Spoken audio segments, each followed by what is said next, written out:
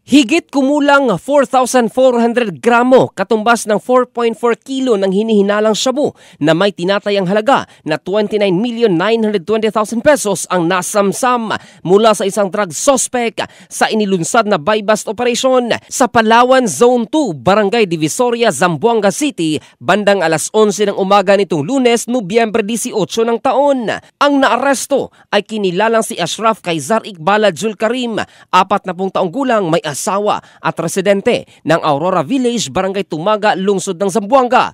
Ayon kay Brigadier General Bowen Joey Masauding, Police Regional Office 9 Director, inilunsad ang operasyon sa tulong ng mga impormasyon mula sa mga confidential informants tungkol sa malakihang pagbibenta ni Iqbal ng shabu sa Zamboanga City at mga karatig na bayan sa lalawigan ng Zamboanga, Sibugay. Sinusubukan pa ngayon ng kanilang mga intelligence operatives at mga ahente ng PDEA-9 na matukoy ang mga kasamahan at kontak ni Iqbal sa illegal drug trade. Ang operasyon ay inilunsad ng pinagsanib na puwersa mula sa PDEA Zamboanga City Office, Regional Drug Enforcement Unit at NISG Western Mindanao.